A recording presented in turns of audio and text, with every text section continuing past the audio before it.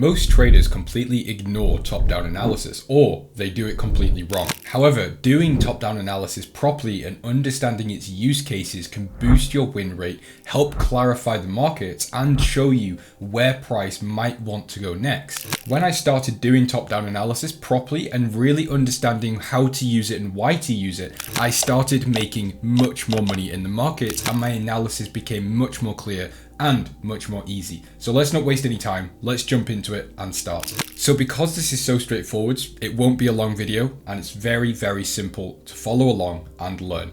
So all we need is a moving average, we need a 200 EMA, we need a 100 EMA, and we need a 50 EMA, and that's it. That's all we are going to use in terms of indicators, and this is just to help us identify and determine the trend objectively. So when our moving averages are like this, when we have the 200 above our 100, which is above our 50, which is then above price, that is a downtrend. When we have the opposite, that means we are in an uptrend. Like what we've got here with the 200, which is below the 100, which is below the 50, which is below price. That is an uptrend. And then once we get these moving averages to cross, that tells us that the trend has changed. Now, of course, we don't trade the cross like idiots, but we do use the cross as an influencer on the direction we want to trade. So if we were looking for buys at this point, we would no longer be interested in buys once these moving averages have crossed, because that tells us the trend has changed. And the reason we use these moving averages is because it's an objective way to look at the markets. There is no discretion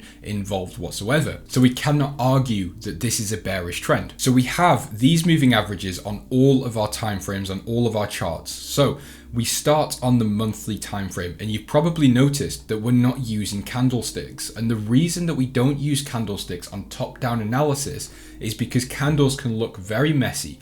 Whereas with an area chart like this, it simplifies and smooths out all of the price movement and makes it much more clear to identify where our AOIs, or areas of interest, actually lie in the market. So all we need to do is start on the monthly, which is the highest time frame necessary. And to be honest, even the monthly might not be that necessary for some traders. But all we need to do is draw some lines and boxes and just mark up our key levels. So it would be key levels of resistance, key levels of support, major lows, major highs, and everything like that. So all we need to do is just take a look now at this monthly time frame on pound dollar and say, where would this market want to go? Where does it look like it's going? So to simplify this, what we see is a downtrend here with our moving averages. We see a double top here on the monthly time frame.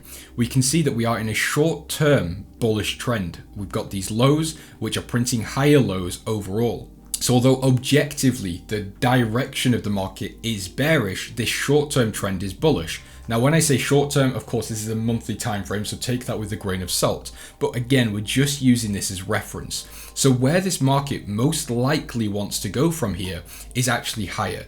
So we can see that we've got the 200 moving average, and again we've got this level of resistance. So it's very possible this market wants to come up to either the 200 moving average and then go lower, or potentially even create a triple top at this level and then maybe go lower back down to this previous low that we've marked up. Now again, the monthly isn't something we actually trade from. It's just a way for us to mark up these major levels. So then all we need to do is drop down time frames. So now I would go to the weekly time frame, and we can see, as I already mentioned, the short-term trend is bullish. Remember what we said about these moving averages. So it does seem increasingly likely that pound dollar wants to come and retest these previous highs. So now my bias already is I want to see a pullback into these moving averages, and then we can potentially look for long positions into the highs. But then we can also do the same thing that we did on the monthly time frame. We can just mark up any key levels, key price action, anything that is pointing out to us.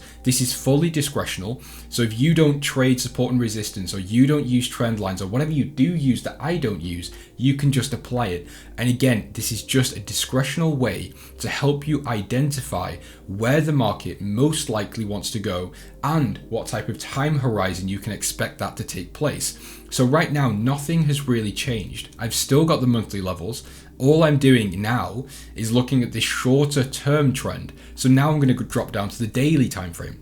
And we can see again, right here, really nice pullbacks, bullish trend is continuing in a very healthy direction with a very healthy formation of these moving averages. So all I will want to do now, again, as we've already said, is wait for a pullback into these EMAs for a potential long position into the previous highs. And from this point, it then comes down to pulling back the candlesticks and looking for an entry. So whilst the H4 isn't showing me that much, I do know my overall bias here is to the long side. And the reason is because the H4 is bullish with the moving averages, the daily is bullish with the moving averages, and the weekly is bullish, whereas the monthly was in a bearish trend. So short term, I want to be a buyer. Long term, I want to be a seller. Now I'm going to show you one on EURUSD, which is EURUSD, that I've been watching for weeks and weeks and weeks, possibly even months at this point.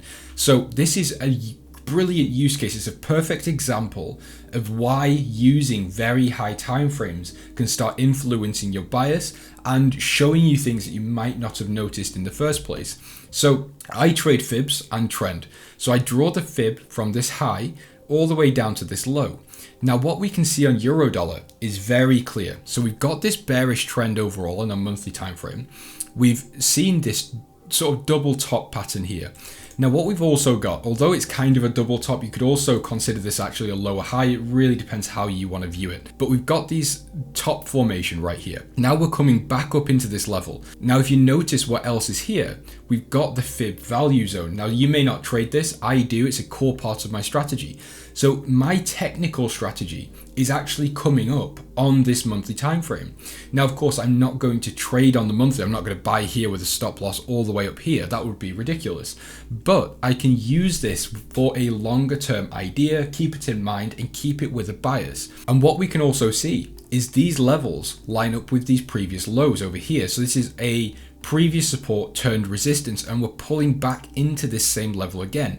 Now, this may not be relevant to certain people, but because this is on a monthly time frame, this to me is a big key thing. So then what I would do is go down to the weekly time frame and do the same thing. So we can see the weekly is bullish. So I'm definitely not going to start selling it just yet. But what I want to see on lower time frames, so the weekly, the daily, the H4, is to pull into this level, retest these previous highs that we've mentioned, and start showing bearish behavior, whether that be the moving averages begin to cross over, whether it be a change in central bank policy, inflation, a geopolitical shock, whatever it is, something to move this market to the downside once we're in this level. So you can see how I've used a monthly time frame to start waiting, and I already know what my catalysts are for lower time frames to start trading off what I saw on the monthly time frame. So again, now we go down to the daily time frame and we can see the trend is bullish. So what is my plan of action here? Well, it's very simple.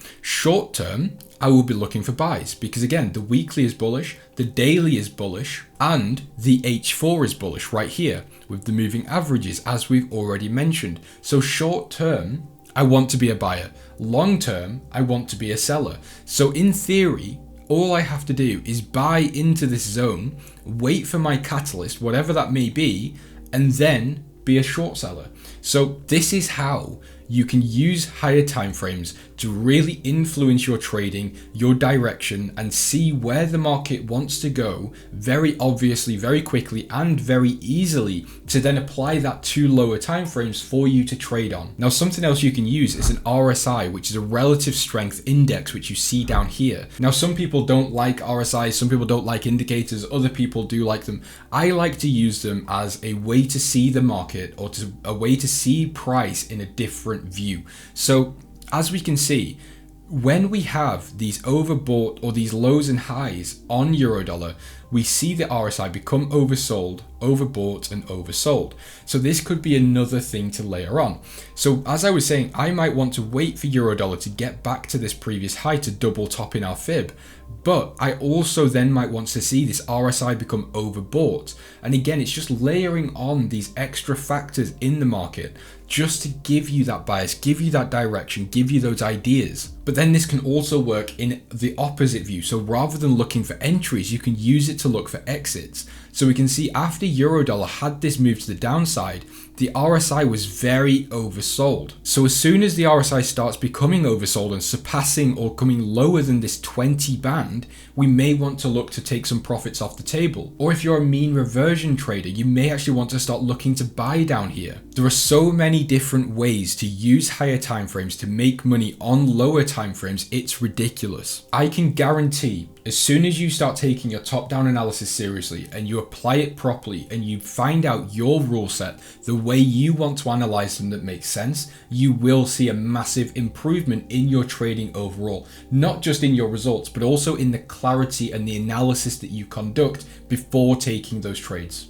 And this is exactly what I teach my mentees to do. It's not a case of going straight to your execution time frame and saying, oh, there's a low here, there's a higher high, I'm going to buy. It's a case of looking at what the market is doing in context. So what is it doing on the H4 in context to the weekly? What's the weekly doing in context to the monthly time frame? And all of these things compound and compound and compound and snowball into making you a more competent trader.